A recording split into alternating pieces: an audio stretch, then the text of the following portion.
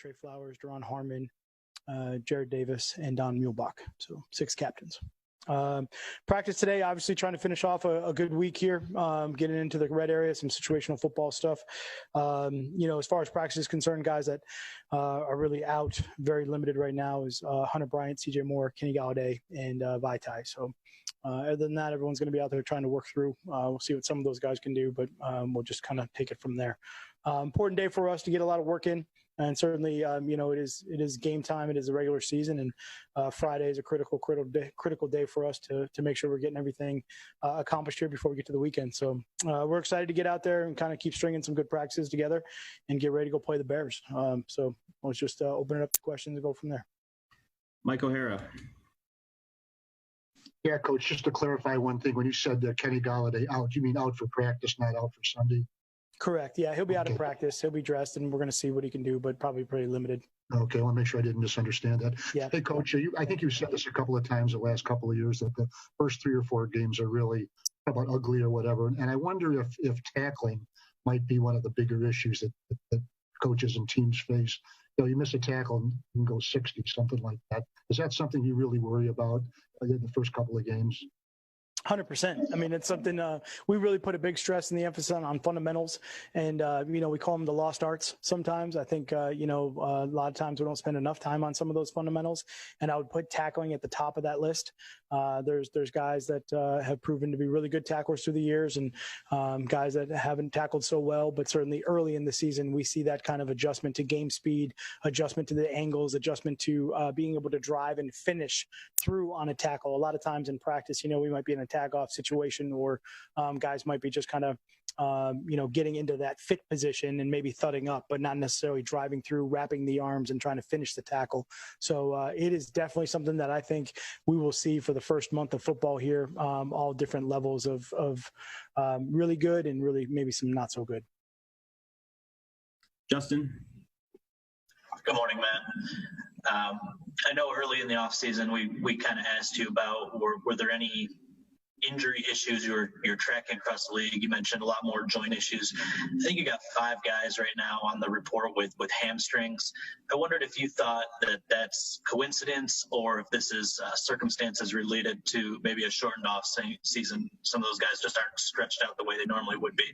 Yeah, great question. And actually, we did a great study of this and kind of what a normal season looks like. And we see in the springtime as we get into OTAs and kind of that phase 2, that's where we really see the joint sort of stiffness and soreness. So a lot of the knees, the ankles, the hips, a lot of those type of injuries come up for us in the spring.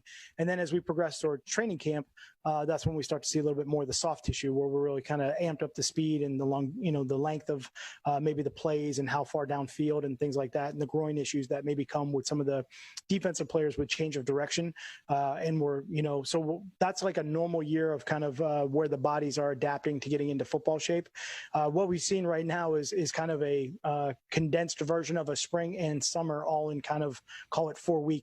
Where we've initially got on the field and we saw a lot of the joints and some of those things that were bothering guys. And now we're kind of, working into that training camp mode, even though I know the regular season's starting, but timeline of guys getting ready to go and prepare, where now it's a little bit more of the soft tissue stuff. And then certainly the other one that we tracked, as we talked about maybe a couple of weeks ago, I can't remember, but just with 2011, some of the impact injuries that we saw, maybe that were non-contact and that were more tendon related. So whether it was the bigger tendons in the muscles, the quad tendons, the Achilles tendons, things like that. And we saw those kind of explosive movement tendons that were more of the injury prone type of injuries. So we're seeing kind of a condensed version right now. I would say the one thing that we're trying to do and really why you'll see it on the injury report a lot is we're trying to prevent them from being what I would call long-term type soft tissue injuries. So even if we get guys that are tight, that maybe have something on the milder side that maybe, 7, 10, 14-day type stuff, we're trying to prevent the 4-week type of injury there. And then really quickly, I know Mike asked you about the sloppiness of early season football, particularly this year. I just wondered if you took in any of last night's game, looking for, I guess, the way that those first 2 teams kind of reacted to the lack of a preseason. I did. I had it on in the background a little bit and just was trying to peek at it. I certainly think, I didn't really analyze it enough to be able to tell you. But I do know, I think Mike hit it right on the head. I definitely saw some tackling that looked interesting, out there from that standpoint, and just the speed of the game. I didn't get a good enough look on the coaches' tape yet of the special teams. That's the one I'm really interested to see what that looked like from that standpoint. Kyle.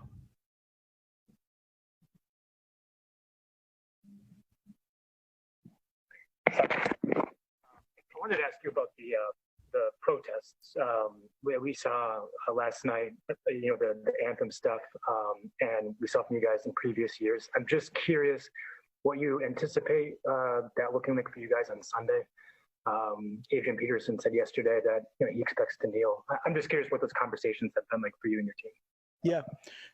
We've had really good conversations all the way from when we got back and really even through this week as far as what week one looks like in general. I think there'll be a lot of changes to just the overall look of what that is. And we've had some great discussions. Like I've said before, we have great guys in here. They do a great job of listening to each other and understanding. So we'll just, we'll keep that in-house for now, and then we'll get to the game and get ready for Chicago. Dave? Morning, Matt. Two things just on the Galladay and Vaitai injuries. Are those more on the milder side? Like you said, are you just trying to prevent the 4-week type injury, I guess? Is there a chance they can still play in the game? Yeah, for all that stuff, we're taking all those day by day, from that standpoint. It is that type of situation, that type of injury right now. So that's what we'll do. Okay. And then the other thing I just wanted to ask you was, it's been a crazy 6 months here, good and bad things, I guess, for you guys, internally over there, but to deal with that is. But just how realistic are the playoffs as a goal, just given everything that's gone on in the world here in the last 6 months? Yeah, I'd say probably, just a real difficult question to even try to even conceptually think about. We haven't even stepped on the field yet, so we'll just try to do the best we can this weekend and go from there. And the season for the NFL is long. It's ever changing. There's different phases to it. We certainly know that. We like to break them up into quarters, 4 games at a time, and kind of look and see the improvement and evaluate and go. And right now we're just starting the first quarter, so we'll see how this one goes. Well, if I can just rephrase then, has anything that's happened, does that change expectations at all? You still enter the season feeling the same or approaching it the same way as you normally do, despite what's gone on the last 6 months? Yeah, I think, you guys know me as a person. I think I just approach every single day the same, trying to win every day. So we're going to try to win each day. All right. Thank you. Yep. All right, Johnny, last question. Hey, good start to the season doesn't guarantee anything, obviously, but I'm wondering if back-to-back divisional games to start the season sort of ratchets up the urgency in any way. I realize it's a week-to-week thing, but that's not the norm, certainly. Yeah, no, and I would say that's a great point. Obviously, it doesn't change anything. We have the same goal every single week we play. But I do think we understand that, the division back-to-back out the gate is really important for us. And I would say really what it does is just make sure that your focus and the preparation for those things are laser locked in. Can't have any miscues. We got to stay the course. We got to stay on track. The games, we're always going to do everything we can to win the games, and the preparation is what's so important. We understand that with 2 division games back to back, how important that preparation is in our improvement. How much better do you have for this division now? It's year 2 or 3 for most of your staff, and not a ton of turnover in the division. Same head coaches, same quarterbacks, I think, for the most part. But does that help the prep in any way, especially early in the year? Yeah, that's a really good question. I actually was just thinking of this, probably just 2 days ago.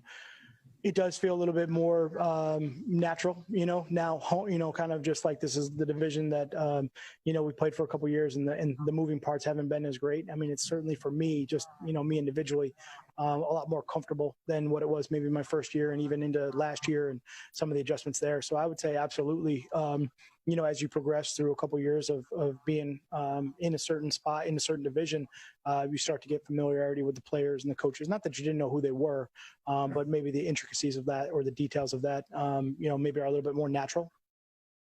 Thanks, Matt. Yep. Thank you, Coach. Thanks, everybody. Thank you, Matt. All right. Friday, you posted a picture of the cleats that I believe you're going to wear them during games, right? Right. Is that what? Yeah, no, I said right. Okay. Was that another part of what you were planning on doing to honor Ahmad, or was that part of the plan all along? And what did that mean to you when you first actually saw the physical cleat? Well, it's definitely been something, a part of my plan for sure since everything that has happened. But I feel like, honestly, I'm shocked how great it came out, and I'm not saying nothing against the guy that did it, his work, but man, he did an outstanding job. The cleats, they look exactly like him. And, I'm blessed to be able to just represent him in the aspect that I'm representing him in. So I feel like it's a huge blessing for me to just go out there and play in his name. And one football question, where do you feel your role is this year? Because from everything we saw in training camp, you weren't always running with the ones. I feel like my role right now is to be the best team player I could possibly be, and just being a leader. I feel like I feel like I'm great at wherever I'm put at, to make plays. I feel like you just got to put me in position, and I'm gonna go out there and make plays. So that's the main thing with me, is just to put me in position to make plays, and I'm gonna go out there and do my job. So I'm not too much worried about what I'm going to be doing or what my job is going into the season right now. I'm just going out there to just be the best teammate. That's just bottom line. So control what I control, and the rest will take care of itself. Thanks, Tracy. Appreciate it, man. All good. Dave? What's up, Tracy? Like those cleats as well. Looking forward to appreciate it. Following up on both of Mike's questions, actually, the second one first. Do you consider yourself a starter right now? I mean, what's the explanation you've got from coaches for why you've been taking so many second-team reps? Because, frankly, it doesn't make sense to a lot of us. I'm going to be honest with you. That's not for me to sit here and basically justify and give you answers for. I don't know. That's not a question for me. That's a question that should be upstairs right now. Like I said, I was just told just to go out there and compete, and, I'm going to go out there and do my job. Like I said, I don't look at it as me being a 2 or not a starter or whatever the case may be. I'm just in practice, and I'm participating, and whatever I'm asked to do, I'm doing it. So, like I said, I don't know how to answer that question because, that's above my pay grade. I'm going to just say it like that, Fair enough. And then beyond the tributes that you will have for Ahmad, I know we talked about those last time. We had you on Zoom too. Right. What do you expect the team to do? Do you plan to take a knee during the anthem? How will you personally and the team, how do you guys plan to approach that? Well, definitely it's a lot of opinions, that's going out right now, and then everybody has so many different ideas. And I feel like, all the ideas are great. I feel like the main thing is just getting out the message and getting the right message out. That's all that we care about, whether it's a message before the game, after the game, whether it's us taking a knee, taking a knee, or whatever the case may be. I feel like whatever it's going to be, though, we're going to be saying it and doing it as a unit, as one, and, that's it. We just want the message to get out. Still to be determined then? I mean, you guys are still deciding what to do? Pretty much, yeah. I feel like you won't know until the game comes. Thank you. All right, guys, you got time for a couple more?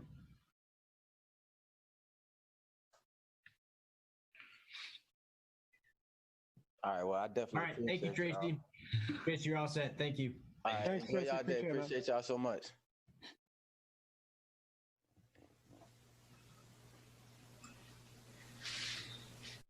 Okay, we'll go Rod first.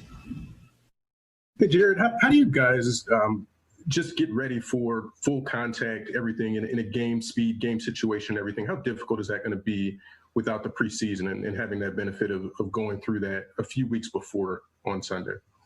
I kind of think that you kind of have to know what you're going into, and a lot of us have experience. And it's honestly going to be tough for the rookies to really to do that, I think, because they haven't really got to see game speed in the NFL, which is totally different than college. But I feel like we've done a pretty good job at trying to replicate what it's going to be like in practice with our scrimmages and just with our full contact drills in practice. But at the same time, like, it's still another tick up. So I just think that as a vet, we know what we're going into. We know what it's going to be like. It's going to be a highly competitive environment. Might not be what it usually is, but it's still going to be exciting. I mean, we all love to play this game, and, we want to win at the end of the day. So, in some respect, does it help then that it's against the Bears and the Packers, that teams that you're a little bit familiar with as a vet, that it's not some random AFC team that you haven't played in your career before? The teams that you're getting. I think you can say that. I mean, every division game is gonna turn things up no matter what. So The fact that we have the Bears is going to help us really go out there and take every down seriously, take every play seriously, and just make sure that we give our best effort. Appreciate it. Hey, Wojo. Hey there, Jarrad. I know you guys have a new defensive coordinator, but I assume similar elements on your defense. But with so many veteran guys on your team, even newcomers, but veteran guys, do you feel like it's been a fairly easy transition or not with a new defensive coordinator? No, I feel like it's been fairly easy. You know, we come out and run a very, like I said, very similar scheme, like you said, and it's allowed us to come in here, and through the time that we've been here, we've just been able to really tweak things and really tighten things up, where we were kind of maybe not confused, but just not as tight as we need to be. So, you know, we're doing the best we can each and every day to make sure that we play the best football we can on the defensive side of the ball. And follow up, so far, how is it playing under Corey Undlin? Is he a loud guy? Is he a energetic guy? How would you describe him? Yeah, I think Corey has a lot of energy, man. He's fun. He's got a lot of juice about him. He gets excited when we make good plays. He lets us know when we're a little down, a little lackadaisical. And you know, he helps hold us accountable, helps keep us in check, and helps steer this thing and keep us on the road that we need to go on in order to be successful out there on the field. Thank you. Dave. What's up, JD? Good to see you virtually. I was curious if you saw what the Chiefs and the Texans did before the game yesterday, sort of with that, you know, both teams linking arms in unison. What you thought of that, A, and then B, just as one of the leaders, one of the captains on this team, if you've talked to anybody with Chicago about doing something similar. I haven't talked to anybody from Chicago about I guess what we're going to do for the anthem. And I actually missed the anthem yesterday for the Chiefs game. I was doing a little something with my friends at home, and I missed out on that. But I heard, like, hearing about that, I think that's awesome. You know, they displayed unity. You know, I think that's something that we need in this world right now, and it's awesome that they use their platform to really show that. Thank you. Got time for a couple more if anyone has any. Yeah, JD, this might go here. I've got a question. A couple of years ago, you were really added the pass rush to your game late in the season. I wonder, when you got hurt the ankle last year, might have slowed that a little bit. How much might that be a part of your game this year? I feel like that's one of the things that I guess time will tell. You know, just going out and doing my best every single day to make plays and help our team win, and whatever capacity that is, that's what that'll be. I'm really not sure, though. I'm really not sure. I mean, I feel confident in my ability to do it. I know the team does too, so we'll just have to wait and see how that shakes out. Just one other part of that. I think you worked on that pretty heavily in the offseason a couple of years ago. Yep, I did. You're expecting to add to it, yeah. Yeah, I did. And it's one of those things that are fun. I mean, getting after the quarterback is exciting no matter what day it is, you know. So I think I can't wait to start playing ball, man. Sunday can't get here fast enough for me. All right, cool. Thanks. Yeah. Here we go, Stacy. Hey, Jarrad, just curious, just through this training camp, where do you feel like this defense specifically will be most improved with so many new faces?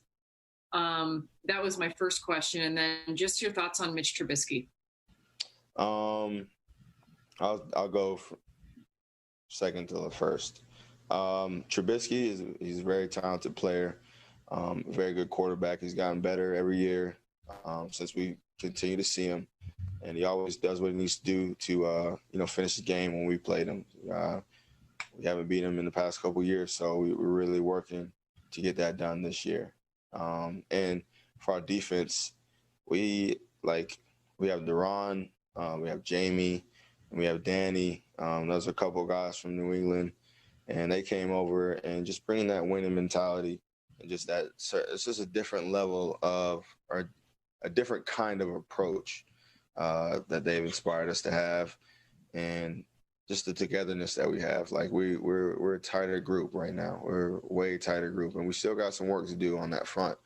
But I think that when we get out there on that field and the bullets kind of start flying, so to say, it's going to make us really lock in and hone in on who we're out there with, and just hey, I need you here. Lean on your guy next to you and just really push. So in that aspect already in camp, we've seen a lot of that, and we felt a lot of that energy that we've been giving to each other and feeding off each other, and just excited to keep that thing going. Thank you. All right. Thanks, JD. Thanks, guys. We'll see you Sunday. All right. Thank you. Thanks, Jarrad.